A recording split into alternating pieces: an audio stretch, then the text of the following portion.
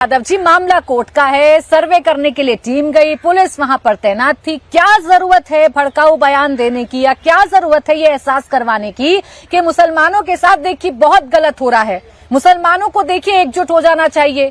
क्या जरूरत है ऐसे बयानों को देने की जिससे वहां दंगा भड़क सकता है, लोगों के सेंटिमेंट्स हर्ट हो सकते हैं और 4 लोगों की जान जा सकती है।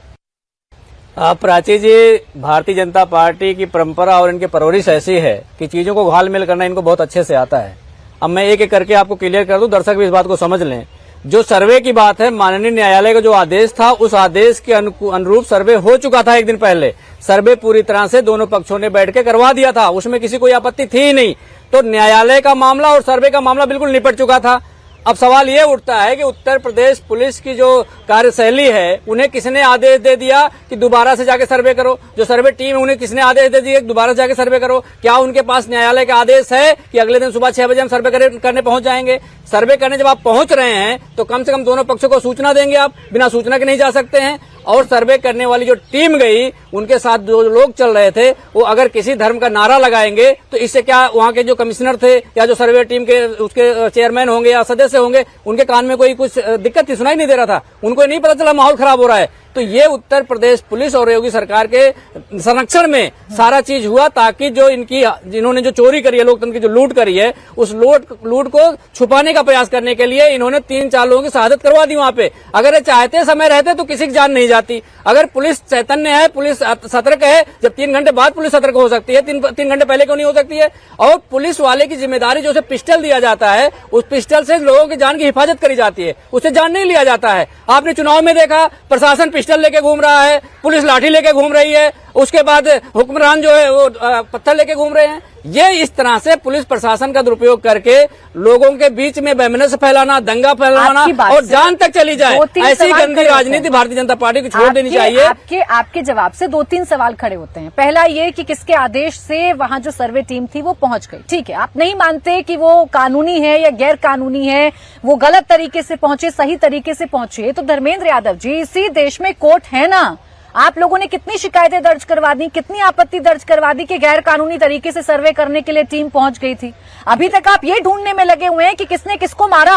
आपको तो तुरंत कोर्ट का दरवाजा खटखटाना चाहिए था, बोलना चाहिए था कि योगी सरकार ने बड़ी ही द्वेषपूर्ण कार्रवाई की है और जबरदस्ती वहां टीम पहुंच गई। क्यों नहीं एक्सपोज किया आप लोगों ने? एक्सपोज मस्जिद कमेटी ने डिसाइड किया कि जो लोअर कोर्ट का फैसला है, उस फैसले के खिलाफ हम हाई कोर्ट जाएंगे। अब उस हाई कोर्ट में जाने के लिए 1 या 2 दिन का समय तो लगता ही लगता है, लेकिन सर्वे टीम को इतनी जल्दी थी, पता नहीं उनको कहां से आदेश मिल रहा था, कहां से उनको इंस्ट्रक्शन मिल रहे थे, उनको इतनी जल्दी थी कि 1 दिन भी नहीं रुक सके।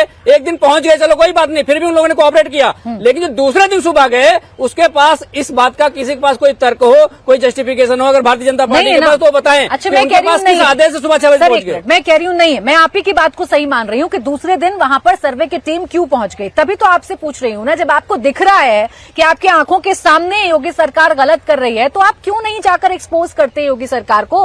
मैं तो कह रही हूँ, आप जाइए ना कोर्ट और एक्सपोज करिए। आप न्यायालय की प्रक्रिया को समझती हैं। आप 1 दिन फाइल थोड़ा ना कर देंगी। आप 1 दिन कमेटी में डिसाइड करेंगी, कमेटी के लोग कहेंगे कि हाँ भाई, इन फैसले से हम असहमत हैं। उसके बाद हम हाई कोर्ट जाएंगे। अब हाई कोर्ट जाएंगे, आप लॉयर करेंगे, पैसा इकट्ठा करेंगे, ऐसा तो आपको यही नहीं पता कि कमेटी के लोग सहमत हैं या असहमत हैं, और आप यहाँ आकर ये कह रहे हैं कि जो कोर्ट की सर्वे टीम है या जो सर्वे टीम वहां पर गई है, उसका इरादा गलत था, यूपी पुलिस का इरादा गलत था। तो आप कैसे जज कर सकते हैं सर? इरादा गलत इसलिए था, जब आपके पास कोर्ट का आदेश था, उस दिन आपने सर्वे कर लिया।